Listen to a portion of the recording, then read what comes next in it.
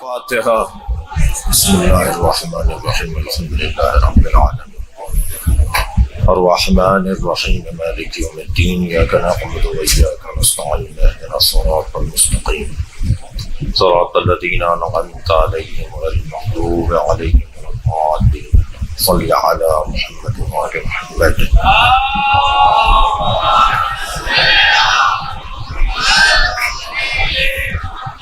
اعوذ باللہ من الشیطان الرجیم بسم اللہ الرحمن الرحیم الحمد للہ الذی لا یبلغ مدحتہ القائلون ولا يحصي نعماءه العادون ولا يعدي حقه المجتهدون الذي ليس لصفته حد محدود ولا نعت موجود ولا وقت معدود ولا أجل ممدود فطر الخلائق بقدرته ونشر الرياح برحمته والصلاة والسلام على الرسول المسدد المصطفى العمجد المحمود الأحمد سیدنا و مولانا و مولا الکونین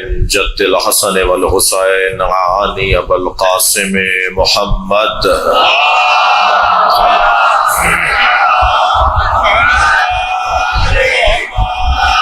وآلہ الطیبین الطاہرین المعصومین الذين قال الله إنما يريد الله ليذهب عنكم الرجس أهل البيت ويطهركم تطهيرا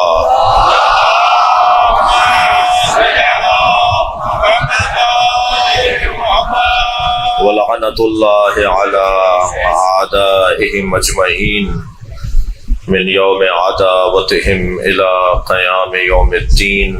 أما بعد، قال الحكيم في قرآن الكريم بسم الله الرحمن الرحيم وجعلنا لهم لسان صدق عليا. صلوات.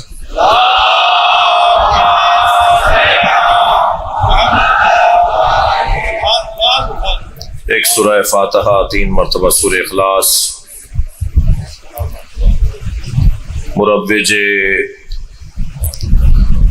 نوحہ بیانی، نوحہ نویسی، نوحہ خوانی، مشاق، ماہر لسانیات، ہنرمند کتابیات، قلم کار اسلامیات،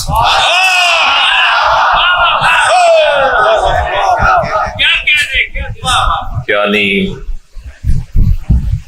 شاعر کربلا، شاعر اولیاء الہی، شاعر ضمیریات، شاعر فطریات،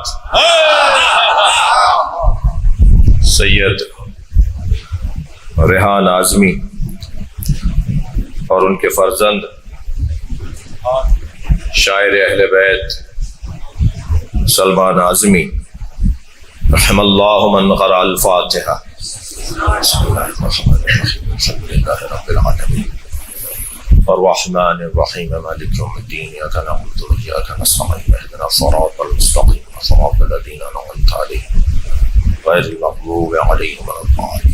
بسم اللہ الرحمن الرحیم قل هو اللہ احد اللہ الصمد لم یلد ولم یولد ولم یکن له کفوا احد. بسم اللہ الرحمن الرحیم قل هو اللہ احد اللہ الصمد لم یلد ولم یولد ولم یکن له کفوا احد.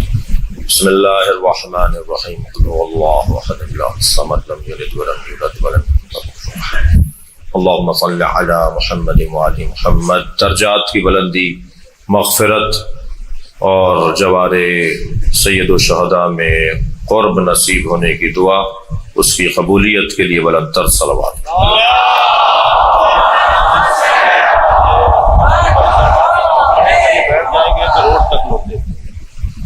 یہ جو سامنے والدہ کے افراد کھڑے ہیں اس گزارش ہے کہ وہ اگر ایسی فرماؤ ہے تو باہر کے افراد بھی ضرورت ہے مہربانی باہر صدر رواتے میں جو افراد کھڑے ہیں اس گزارش ہے وہ فرماؤ و تشریح ہوتے وہیں رکھیں تشریف تاکہ جو باہر تک بننا ہے وہ آپ بھی دیکھ سکیں. نعرہ تکبیر اور یہ اسٹیج بہت سارے ان سے بھی گزارش ہے کہ اسٹیج سے نیچے تشریف لے آئے بہت مہربانی ہے.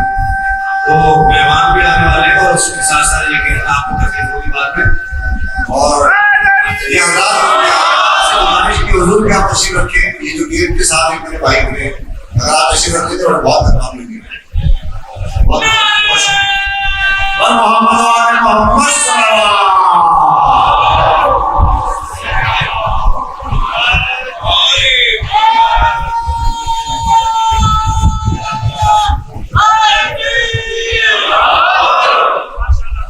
سورہ مبارکہ مریم کی آیت کریمہ جس کا نشان ہے 50. بہت دیر نہیں لگی مجھے آیت کے انتخاب میں، اس لیے کہ قرآن اللہ کے بیان کو کہتے ہیں، اور جب اللہ کا بیان تفسیر کیا جائے تو اسے بیان حسین کہتے ہیں.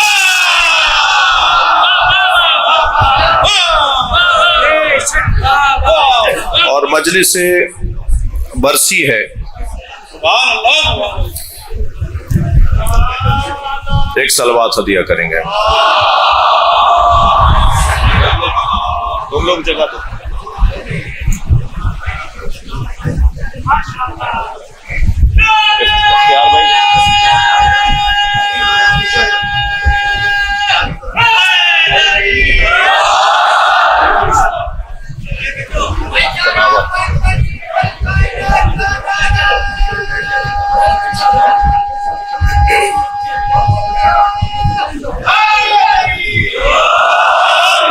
سفیر اعظم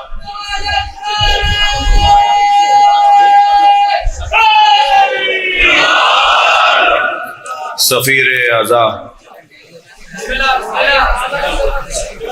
مروج نوحہ خانی، مشوق ماتمداری، یعنی جناب ندیم سرور، ان کے فرزندان علی شناور، علی جی، اس خانوادے کی سلامتی کے لیے بلند تر صلوات.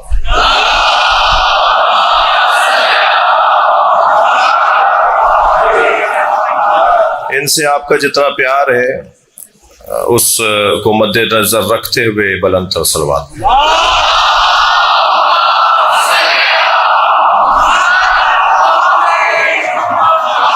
سورہ مبارکہ مریم آیت نمبر 50. ارشاد حضرت احدیت، وجعلنا لہم، اور ہم نے قرار دیا ہے انہی کے لیے. میں جب تک آیت کا خود لطف نہیں لوں گا لطف منتقل نہیں ہوگا. وجعلنا لہم، اور ہم نے قرار دیا ہے. اس ہم کی طاقت کا میرے محترم سامعین کو اندازہ ہے، اور ہم نے قرار دیا ہے. انی جاعل فی الارض خلیفہ، میں زمین پر خلیفہ بنانے والا ہوں. جو گفتگو کا آغاز ہی میں سے کرے اسے اللہ کہا جاتا ہے.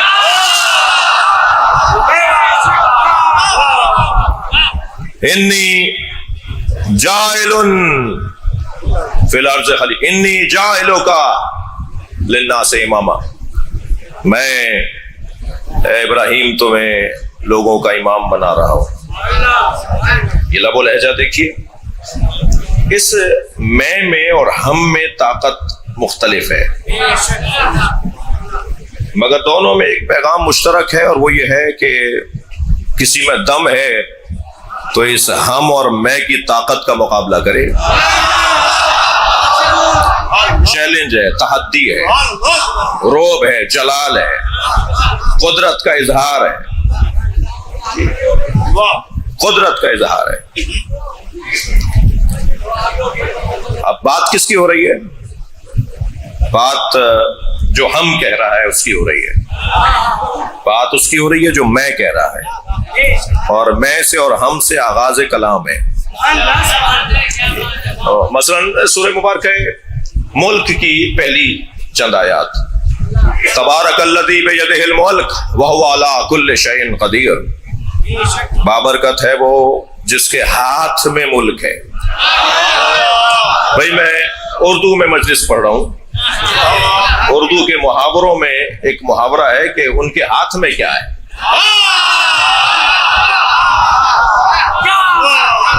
بابرکت ہے وہ ذات جس کے ہاتھ میں ملک ہے۔ اچھا، ہاتھ جیسے ہی سوچا فوراً 5 انگلیاں، اس میں 14 پوروے، یہ کوئی ہاتھ ستن ہاتھ نہیں بنے، یہ ہاتھ ستن ہاتھ نہیں بنے ہمارے، یہ بنانے والے نے منصوبتاً بنائے۔ اور حادثے میں اور منصوبے میں فرق یہ ہے، توجہ، حادثے میں اور منصوبے میں فرق یہ ہے کہ جہاں نظم پایا جائے وہاں منصوبہ ہے، اور جہاں بے ہنگمی پائی جائے وہاں حادثہ ہے۔ اب خود ہی طے کر لو میرے بچوں، یہ کائنات حادثہ ہے یا منصوبہ؟ اگر یہ کائنات منصوبہ ہے تو اس میں نظم ہو، اور اگر یہاں نظم ہے تو مانو کہ منصوبہ ہے۔ تم سے 2 گلیاں بغیر کونسلر کے نہیں چلتی، کائنات بغیر اللہ کے چلاتے ہیں۔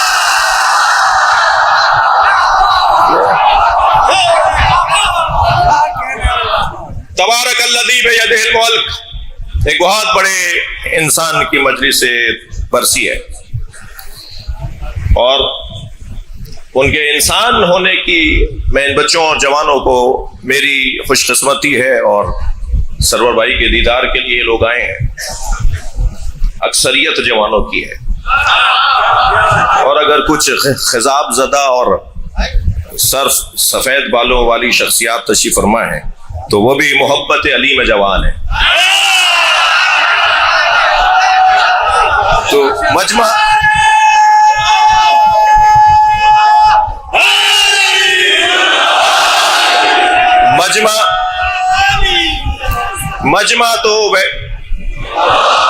مجمع تو ویسے بھی جوانوں کا ہے۔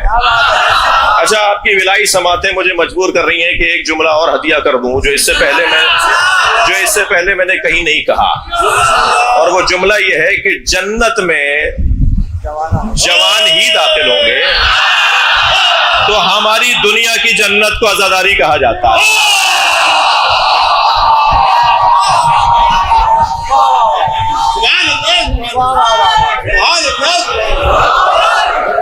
تبارک الذی بیدہ الملک، بابرکت ہے وہ ذات جس کے ہاتھ میں ملک ہے۔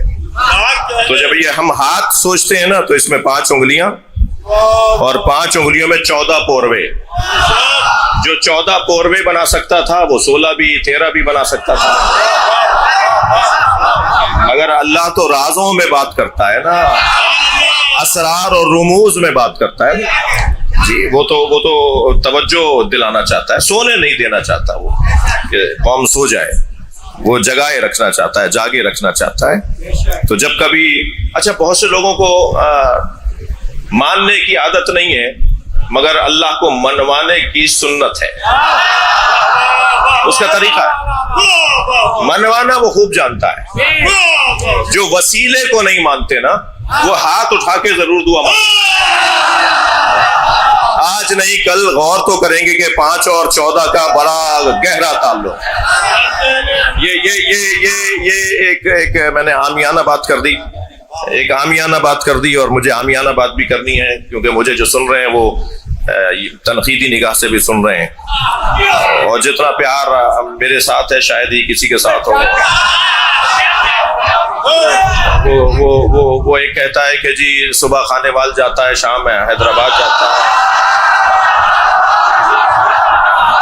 تو میں اسے اور اس کے قبیلے کے لوگوں کو ایک جملہ کہہ کے گزر جاؤں کہ میں تو آسمانوں میں جانا چاہتا ہوں تو میں زمین میں گاڑ کے جاؤں گا۔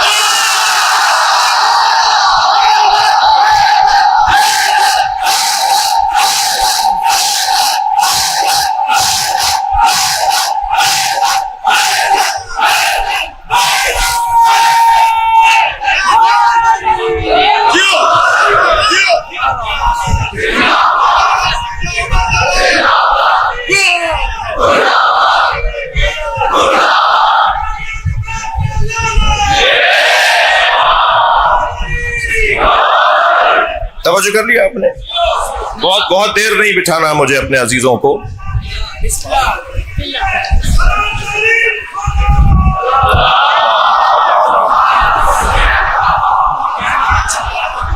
اچھا ابھی ایک ہاتھ سمجھ میں نہیں آ رہا، اللہ کا ہاتھ بھائی،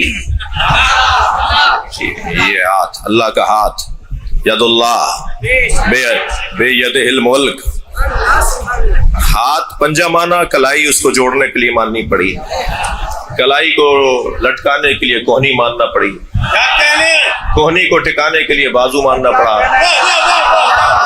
بازوؤں کو جوڑنے کے لیے باڈی ماننا پڑی، اور بدن کو کھڑا کرنے کے لیے پیر ماننا پڑے۔ ایک ہاتھ کیا مانا، پورا بت تیار ہو گیا۔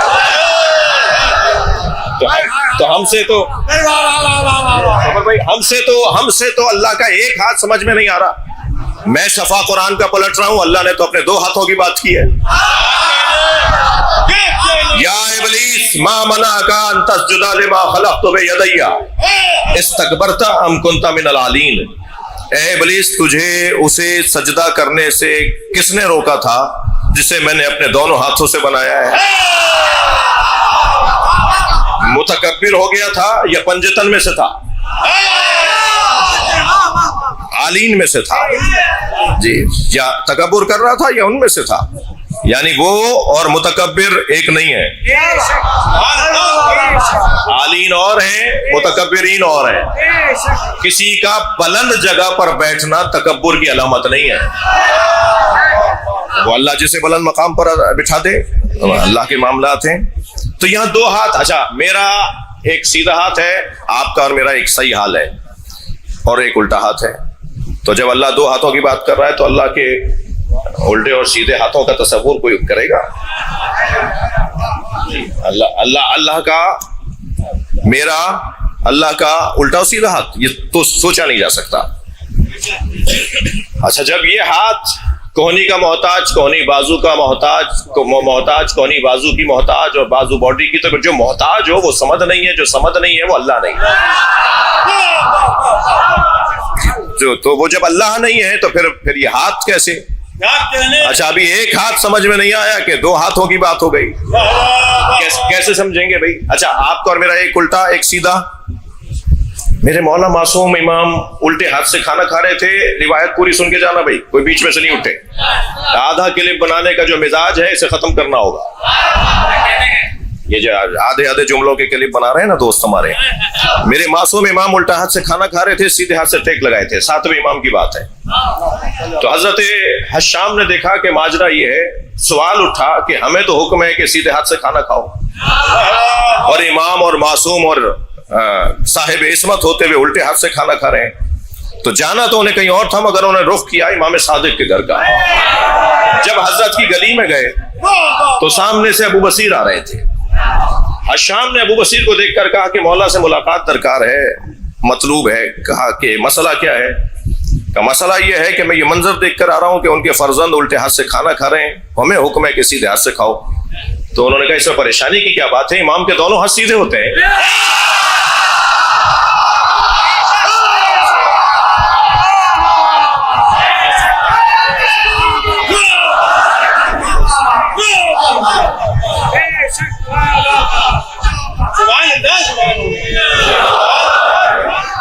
امام کے دونوں ہاتھ سیدھے ہوتے ہیں. جب میرے معصوم مولا علی سے پوچھا گیا یا علی اس آیت کی تفسیر کیا ہے کہ اللہ کہہ رہا ہے میں نے اپنے دونوں ہاتھوں سے بنایا ہے, تو پہلے تو میرے مولا نے فرمایا کہ اللہ کے دونوں ہاتھوں سے مراد وہی ہے جو تم اپنے بارے میں سوچ کر کہتے ہو کہ مکمل طاقت سے کام کرو. بھائی میں ان بچوں کو سمجھانے کے لیے ایک مثال کا سہارا. ہم نے دیکھا کہ ایک بچہ بالٹی اٹھا رہا تھا مگر ایک ہاتھ سے نہیں اٹھ رہی تھی, تو ہم نے آواز دے کر کہا بیٹا دونوں ہاتھوں سے اٹھ. یہ دونوں ہاتھوں سے جب بالٹی, پانی کی بھری بالٹی جب دونوں ہاتھوں سے اٹھوائی گئی تو گویا پورے بدن کی طاقت کا استعمال ہوا ہے. دونوں ہاتھ مملکت بدنیہ کی طاقت کا اظہار ہے. مملکت الہیہ کی طاقت کے اظہار کو علی کہتے ہیں.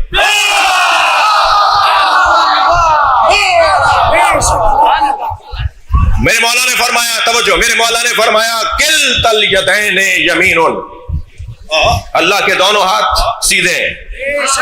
ابھی اس آیت کی تفسیر کرتے ہوئے آیت اللہ جوادی عملی تفسیر تسنیم میں لکھتے ہیں, توجہ, تھکے تو نہیں ہیں, بڑا اچھا امتزاج ہے, ساری قومیں تشریف فرما ہیں, میں بہت سو کو جانتا ہوں. اور کون کہتا ہے کہ شیعوں میں اختلاف ہے؟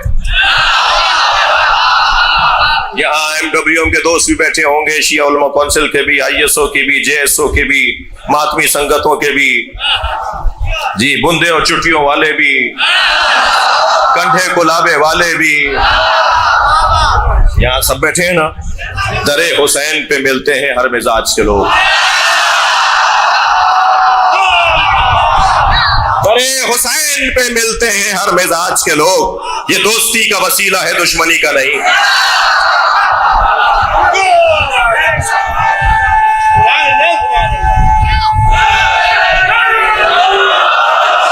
شیعوں کو لڑوانے کی کوشش کرنے والے ذرا کان کھول کے سنیں, تمہارے ارادوں پر اوس پڑ چکی ہے, مستقبل تشیع کا ہے, کل حسینیوں کا ہے. حجاب ہٹنا شروع ہو گئے, حقائق کھلنا شروع ہو گئے, امام کے ظہور کی خوشبو آ رہی ہے, لوگوں کی الجھنیں دور ہو رہی ہیں. اس دروازے پہ بالآخر سب کو آنا ہے. مجھے تو یہ منطقی سمجھ میں نہیں آتی کہ علی دنیا میں چوتھے نمبر پر ہے اور آخرت میں پہلے نمبر پر.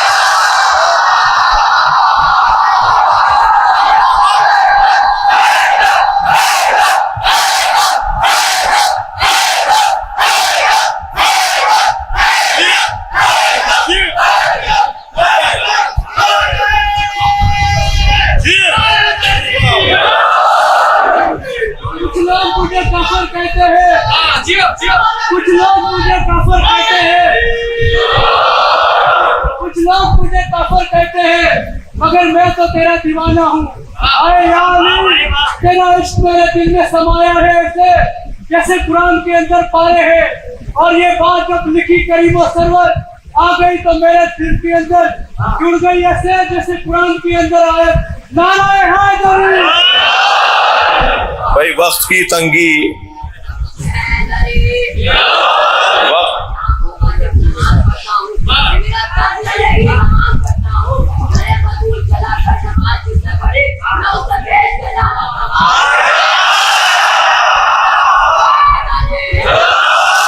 بھائی وقت میرے پاس کم ہے اور ان کی عقیدتیں بہت زیادہ ہیں, تو مجھے ان کا ادب احترام بھی رکھنا ہے. اور جب اس طرح کی مجلس ہو کہ جس میں مہمان کہتے ہوئے تھوڑا تکلف ہو رہا ہے مجھے, تو آج کی مجلس کے تو سرور بھائی میزبان ہیں گویا, تو انہیں ہمیں سننا ہے, آپ کو سب کو سننا ہے. بڑا ایک جملہ نہیں کہوں گا تو مجھے بعد میں احساس ہوگا کہ میں کہہ کے نہیں گیا. آیت اللہ جوادی عملی کہتے ہیں کہ اللہ کے دونوں ہاتھ سیدھے ہوتے ہیں اور اہل بیت کے دونوں ہاتھ سیدھے ہوتے ہیں. جملہ بڑا حسین ہے, ایسے سجائے بغیر کہہ رہا ہوں کیونکہ وقت کم ہے. اہل بیت کے دونوں ہاتھ سیدھے ہوتے ہیں اور اہل بیت کے دشمنوں کے دونوں ہاتھ الٹے ہوتے ہیں.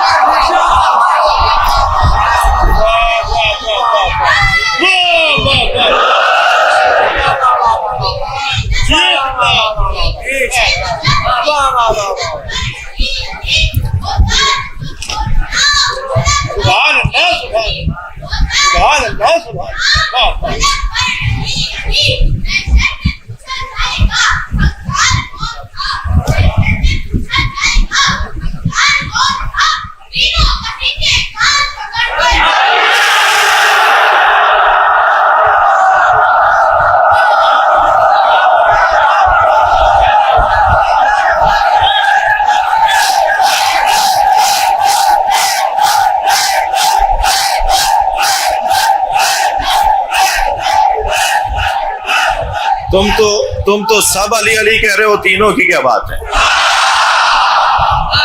تو اس طرح کے جو مصرے ہیں نا بیٹا، وہ تم اپنے گھر کی مجلس میں پڑھنا. صلوات پڑھ لیں ذرا محمد و آل محمد.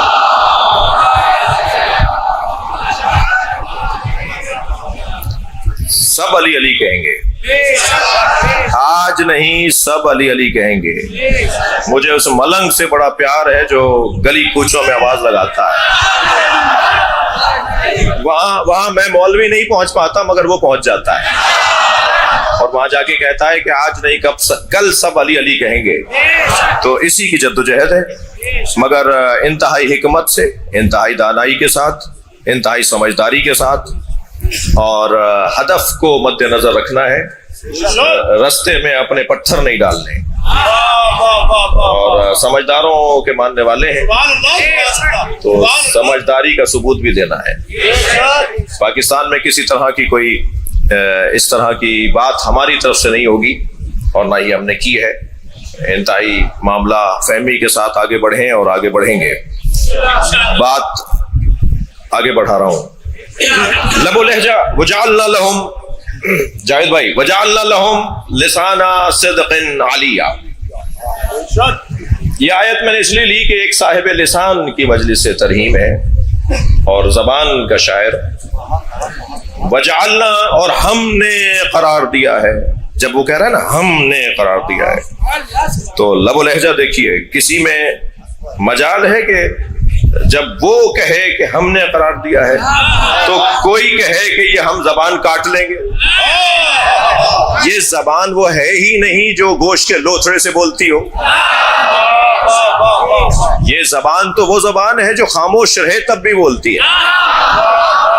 یہ 24 سال خاموش رہے تو پھر نہج البلاغہ بنتی ہے. یہ بولتا تو کیا ہوتا،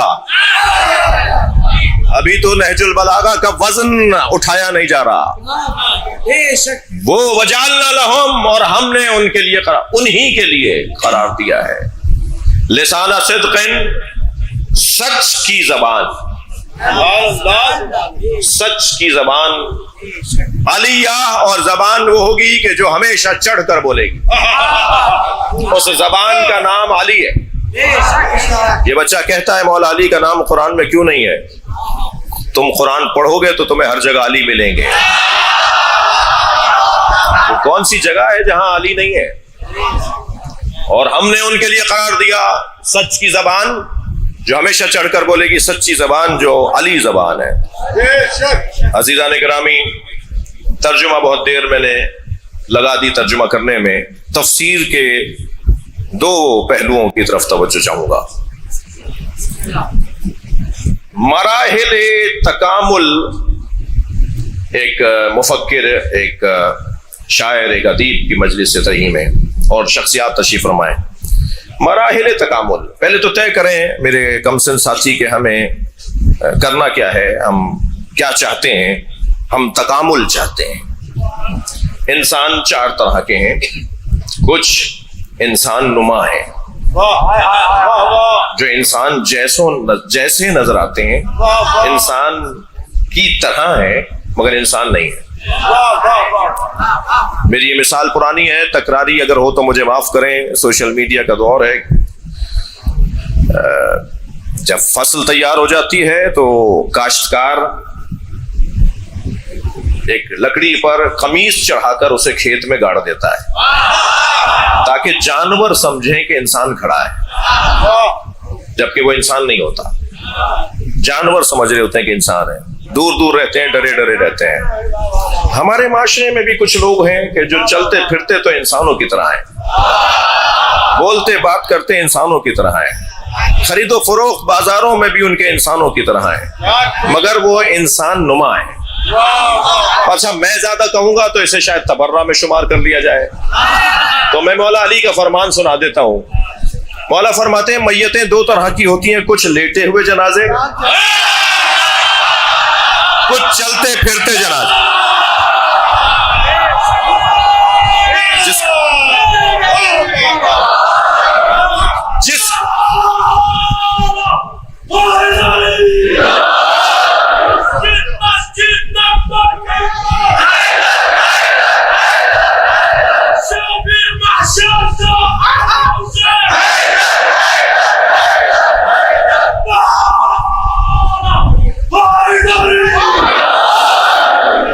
توجہ کر لی، جس کا ضمیر مر چکا ہو وہ مردہ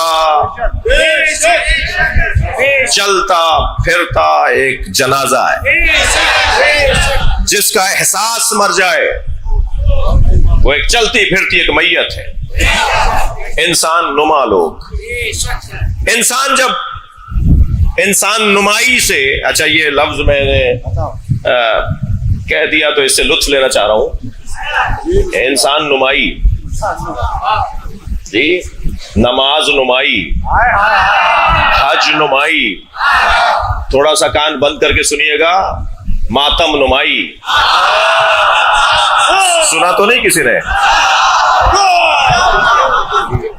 جی یہ جو نمائش ہے نا، نمائی دکھاوے والا کام، یہ بڑا گھاٹے کا سودا ہے۔ ادھر حسین لینا چاہتے ہیں، ہم کسی اور کو دے کے آ جاتے ہیں، ادھر سیدہ لینا چاہتی ہیں، ہم رستے میں کسی کو دے کے آ جاتے ہیں۔ نمائی، اچھا ہر ایک کا ضمیر، ہر ایک کا من، ہر ایک کی نیت خود، یہ عمومی فیصلہ نہیں ہوگا، اس پہ یہ قومی پالیسی نہیں ہے، یہ فرد کا علیحدہ علیحدہ مسئلہ ہے۔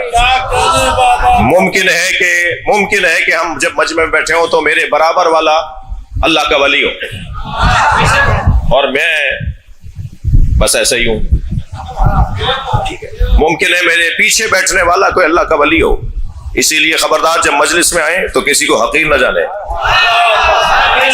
جی کسی کو حقیر نہ جانے۔ ویسے بھی پھٹے ہوئے کپڑوں میں اگر کوئی ہو تو اسے دھکا نہیں دیجیے گا، اللہ نے اپنے ولیوں کو فقیروں میں چھپایا ہے۔ اللہ نے مجھے بھی الحمدللہ سواری دی ہے، وہ اور بات ہے کہ 2 سال بعد قسطیں مکمل ہوئی ہیں، اور الحمدللہ آپ کے پاس بھی سواریاں ہوں گی، مگر دونوں بغلوں میں خربوزے نہیں لیے جا سکتے کہ میں بڑی گاڑی میں بھی بیٹھوں، اونچے مکان میں بھی رہوں اور اللہ کا ولی بننے کی خواہش بھی کروں۔ اگر مجھے اللہ کا ولی بننا ہے تو پھر مادی دنیا سے ہاتھ اٹھانا ہوگا، دنیاوی نعمتیں روحانی نعمتوں کے ساتھ نہیں چلتی، ایک مادی نعمت آتی ہے تو 4 روحانی نعمتیں رخصت ہو جاتی ہیں، تو ہر ایک کے نیت کا مسئلہ علیحدہ ہے۔ تو یہ جو نمائی والا مسئلہ ہے اس سے میں گزر جاؤں تاکہ یہ وادی، ویسے وادی جلانے والی وادی ہے، تو اس سے پہلے کہ میرا کچھ جلے کسی کا دماغ نہ جل جائے، تو میں بس یہاں سے گزر رہا ہوں کہ ایک ہے انسان نما، اور جب یہ انسان نمائی سے نکلتا ہے تو پھر انسان والی منزل پر آتا ہے۔ اور جو انسان، دیکھیں بہت بڑے آدمی کی مجلس ہے تو آپ برداشت کریں مجھے، میں جو باتیں کر رہا ہوں میں ان کو بھی مد نظر رکھتے ہوئے بات، جو جب انسان ہونے کے دائرے میں آئے گا تو کیسے طے کریں، میں اس بچے سے جوان سے پوچھ رہا ہوں کیسے طے کریں، ہم کیسے طے کریں کہ ہم انسان بھی ہیں یا نہیں؟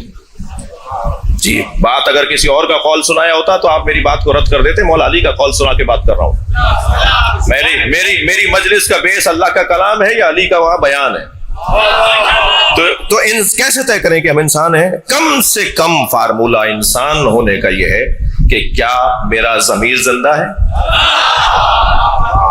کیا میرا نفس ملامت کرتا ہے، غلط کاموں پر میرے اندر سے آواز آتی ہے کہ غلط کیا؟ اگر غلط کاموں پر اندر سے آواز آتی ہے کہ غلط کیا تو سمجھوں میں انسان ہوں. اگر ایسا نہیں ہوتا، بڑے بڑے کام ہو جاتے ہیں اور احساس بھی نہیں ہوتا، تو پھر یہ انسان نما ہے. انسان کی تعریف ہو گئی. اب یہ ہے انسان نمائی اور ایک انسان ہونا. مگر ہم انسان ہونا تو نہیں چاہتے، ہم تو کچھ اور چاہتے ہیں. اس کے بعد کا مرحلہ ہے انسان کامل، اور اس کے بعد کا بھی مرحلہ ہے جس سے بڑی کوئی ڈگری نہیں ہے، وہ ہے انسان اکمل. انسان کامل، توجہ، انسان کامل اور انسان اکمل. اچھا، انسان نما تو آپ نے مجھ سے سن لیا، انسان بھی آپ نے سن لیا. یہ انسان کامل اور انسان اکمل کو میں کیسے روشن کروں گا اپنے بچوں اور جوانوں پر؟ انسان کامل اور انسان اکمل کے لیے اگر مجھے اجازت دیں تو جملہ صرف یہ کافی رہے گا کہ انسان کامل کو مالک اشتر کہتے ہیں اور انسان اکمل کو علی کہتے ہیں.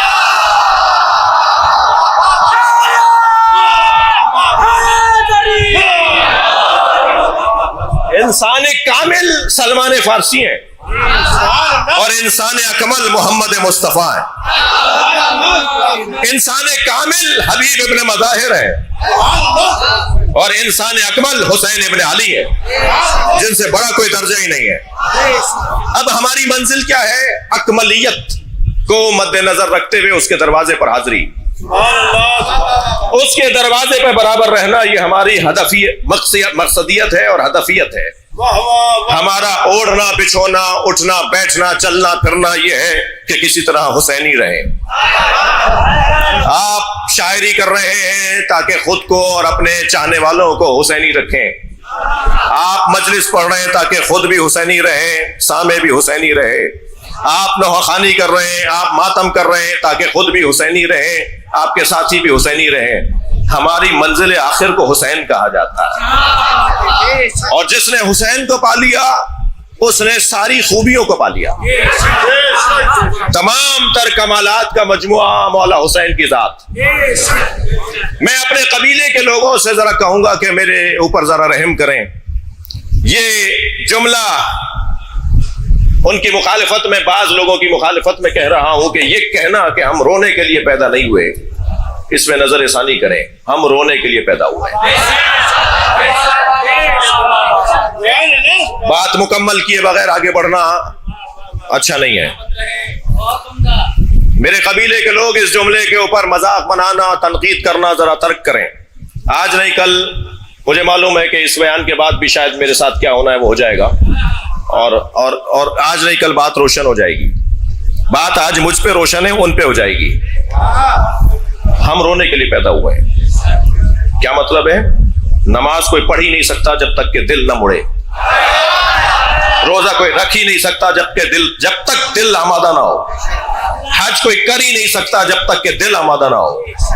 زکوٰۃ کوئی دے ہی نہیں سکتا جب تک کہ دل تیار نہ ہو. کوئی جہاد پر نکلے گا ہی نہیں جب تک کہ اس کا دل تیار نہ ہو. سارا معاملہ ہی دل کا ہے. سارا معاملہ ہی دل کا ہے، اور دل اس وقت آمادہ ہوتا ہے جب رقیق ہو. رقیق القلب ہے کہ جو نمازی اچھا ہوتا ہے. رقیق القلب ہے جو روزہ دار اچھا ہوتا ہے. رقیق القلب ہے جو حاجی اچھا ہوتا ہے. دل تیار کرو. دل تیار کرنے کی زمین کو مجلس کہا جاتا ہے. صلوات پڑھے محمد و آل محمد.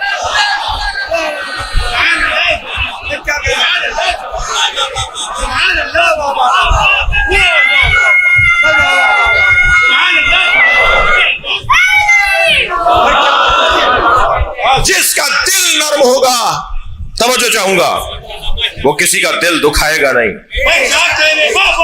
لہذا الحمدللہ پوری دنیا میں سب سے اچھی تصویر حسینیوں کی ہے.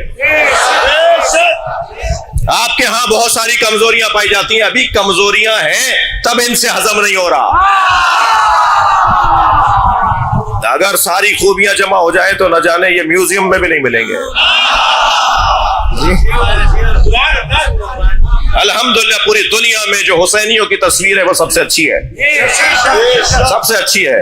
نہ یہ جا کے کہیں پھٹتے ہیں،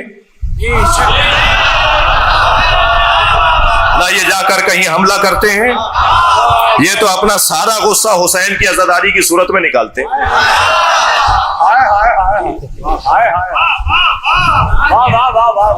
120 جنازے پاکستان میں 1963 میں اٹھائے گئے، پہلا واقعہ پاکستان کا سانحہ ہے ٹھیڑی۔ پھر 1980 کے اندر گلگت کے اندر 82 جنازے اٹھائے گئے۔ پھر کوئٹہ کے اندر سب سے بڑا حادثہ ہوا جس میں 56 لوگ شہید ہوئے، اور پھر مسلسل ملک کے اندر کوئی 100 سے زیادہ سانحات، اور پھر اس کے علاوہ جو ٹارگٹ کلنگ مخصوص شخصیات کو ہزاروں کی تعداد میں آپ لوگوں کو مار دیا گیا۔ مگر آپ نے جا کر کسی کی چڑیا ماری؟ آپ نے جا کے کسی کا شیشہ توڑا؟ آپ نے جا کے کسی کا بلب توڑا؟ آپ نے تو اتنے بڑے بڑے غم ٹھنڈک میں، سردی میں، مائنس درجے کی سردی میں، جی جنازوں کو شاہراہوں پر چاراہوں پہ رکھ کر حسین کا ذکر کر کے اپنا غصہ حسین کے حوالے کر دیا۔ بتائیے، آج وہ منہ چھپائے پھرتے ہیں جنہوں نے ظلم کیا، اور آپ سینہ چوڑا کر کے چلتے ہیں۔ وہ کون سا جذبہ ہے، وہ کون سی چیز ہے کہ جو اتنے بڑے بڑے سانحات اور واقعات میں اس ملت کو یہاں تک پہنچا کر یہاں تک لے کر آئے؟ اور کون سا جذبہ ہے جو ملت آگے بڑھے گی؟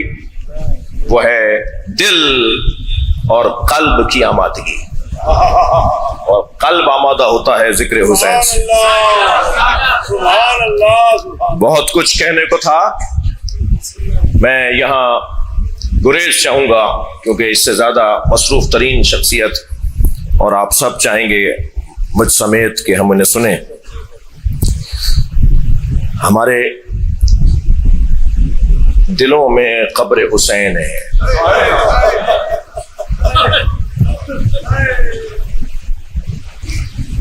تاریخ تشیع تاریخ خون ہے، تاریخ تشیع تاریخ جانثاری ہے۔ میں اپنے جوانوں اور بچوں سے کہوں گا کہ اپنے فہم و فراست میں، معاملہ فہمی میں اضافہ کرو، حالات عالمی سطح کے مد نظر رکھتے ہوئے، ملکی معاملات کو دیکھتے ہوئے آگے بڑھنے کی ضرورت ہے۔ ہم حسینی ہیں، رستہ بنا لیتے ہیں، کسی بیریئر کے زد میں آ کر رکتے نہیں ہیں۔ زید شہید مار دیے گئے، مدتوں ان کی لاش کو لٹکایا گیا، مختار ثقفی تنہا ہو گئے تھے، حضرت عبداللہ شاہ غازی رحمت اللہ علیہ، ان کے جنازے کے ساتھ کیا ہوا؟ قصہ لہذا مثال ایک نہیں ہے، مگر قافلہ یہاں تک پہنچ گیا نا، یہ قافلہ آگے بڑھے گا۔ یہ اعضا ہمارے پاس امانت ہے، صاحب تک پہنچانی ہے۔ صاحب آج مجلس میں آئے ہیں، اور اگر کہیں دور ہیں تو اپنے گریے کے ذریعے انہیں بلا لیجیے۔ صاحب الزمان، صاحب فرش اعضا، مورث ذکر حسین، وارث ذکر حسین، بلائیے مولا کو اپنے گریے کے ذریعے۔ وقت گزر جاتا ہے، وقت گزر جائے گا، مگر یہ نام محشر میں بھی، جنت میں بھی، ہر جگہ ہمیں سننے کو ملے گا۔ ایام فاطمیہ بے روایتیں گزر چکی، اور ایک تاریخ کی آمد ہے۔ اس ماں کو سلام کر لیں جس نے کبھی محسن کو شہید ہوتے دیکھا، جس نے کبھی حسن مولا کے جگر کے ٹکڑے دیکھے، جس نے کبھی حسین کو گھوڑے سے گرتے دیکھا۔ آیت اللہ مشکینی حرم حضرت معصومہ خم میں مصائب پڑھ رہے تھے، اللہ کا ولی مجتہد، میں نے ان سے خود سنا ہے، کوئی واسطہ نہیں ہے جی۔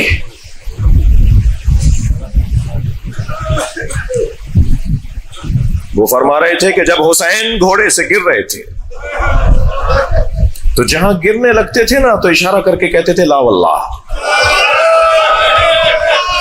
نہیں کہتے تھے، نہیں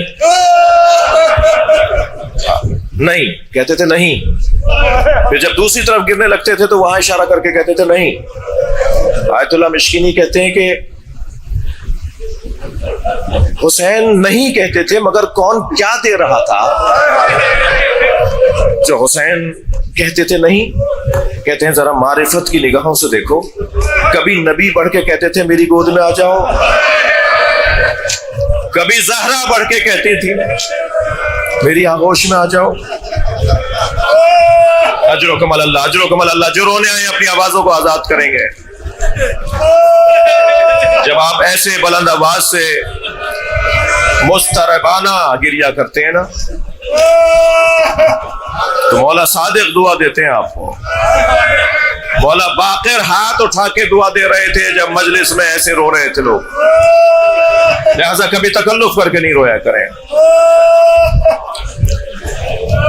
ایام فاطمیہ، جناب زہرا کی شہادت کے ایام، میں اگر ان ایام کو ایک اور تعبیر سے یاد کروں تو یہ ایام مولا علی ہیں۔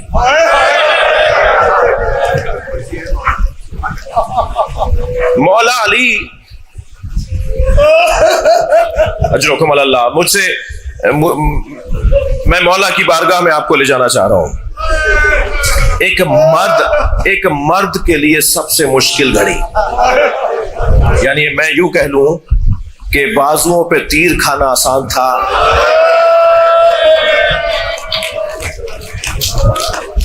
ساری مثالیں ترکی، سر پر حالت سجدہ میں ضربت کھانا آسان تھا، مگر زہرا پہ اٹھتا ہوا ہاتھ،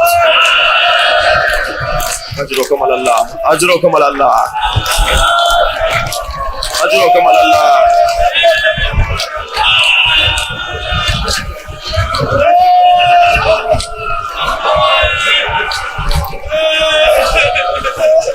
اجرکم اللہ۔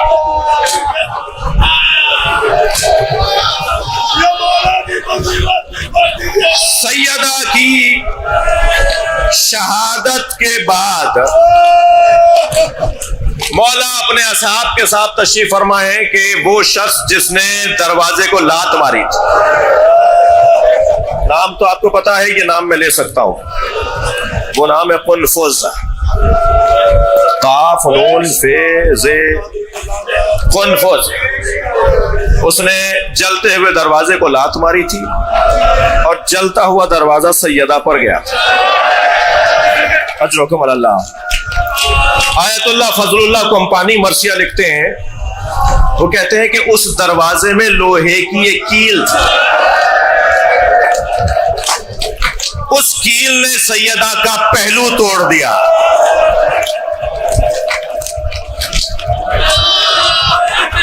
اجرکم اللہ۔ آپ کی آوازیں بلند ہیں۔ اگر پسلی ٹوٹ جائے نا،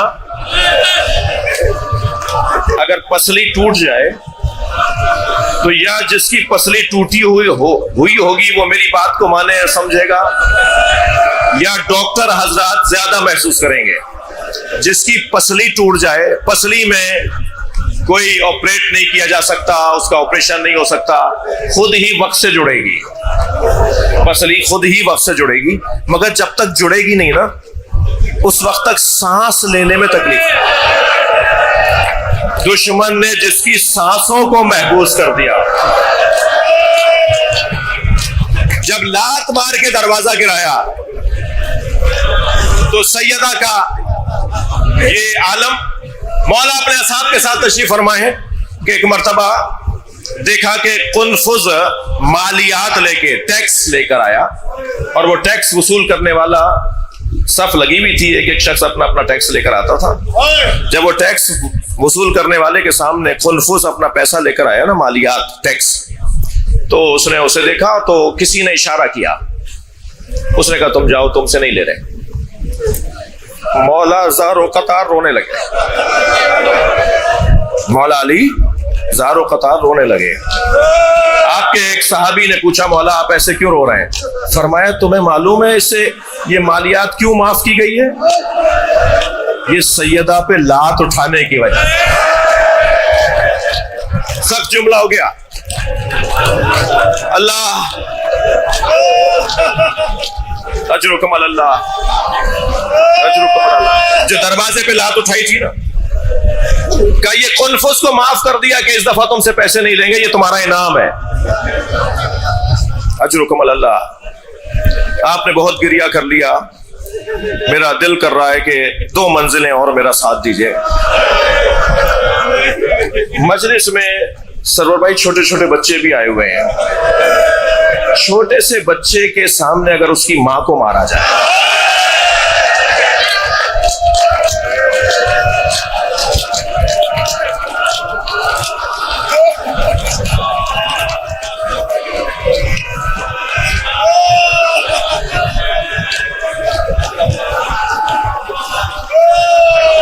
اجرکم اللہ، اجرکم اللہ۔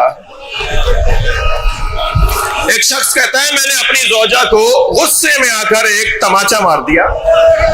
وہ کہتا ہے 3 دن کے بعد جب میں نے اپنی بیوی سے معافی مانگی کہ مجھے معاف کر دو، میں نے تمہیں مارا، تو میری زوجہ روتے ہوئے کہنے لگی آئندہ کبھی ایسا ہو آپ غصے پہ قابو نہ پا رہے ہو اور یہ کیفیت آپ پہ طاری ہو رہی ہو تو اتنا ضرور خیال کیجیے گا میرے بچوں کے سامنے نہ ماریے گا۔ جب آپ مار رہے تھے ہماری بیٹی دیکھ رہی تھی، وہ 3 دن سے بخار میں ہے اور بار بار ایک ہی بات کہتی ہے اماں آپ کو بابا نے مارا۔ آوازوں کو آزاد کیجیے گا، میں مجلس مکمل کر رہا ہوں۔ اماں آپ کو بابا نے مارا۔ عزاداروں، امام حسن مدینے کی ایک گلی سے نہیں گزرتے تھے، جب وہ گلی آتی تھی رستہ بدل دیتے، اور جب کسی نے پوچھا مولا آپ یہاں سے کیوں نہیں گزرتے تو فرمانے لگے میں ماں کے ساتھ تھا، ایک شخص نے میری ماں زہرا پہ ہاتھ اٹھایا، میں جب یہاں سے گزرتا ہوں مجھے منظر یاد آ جاتا۔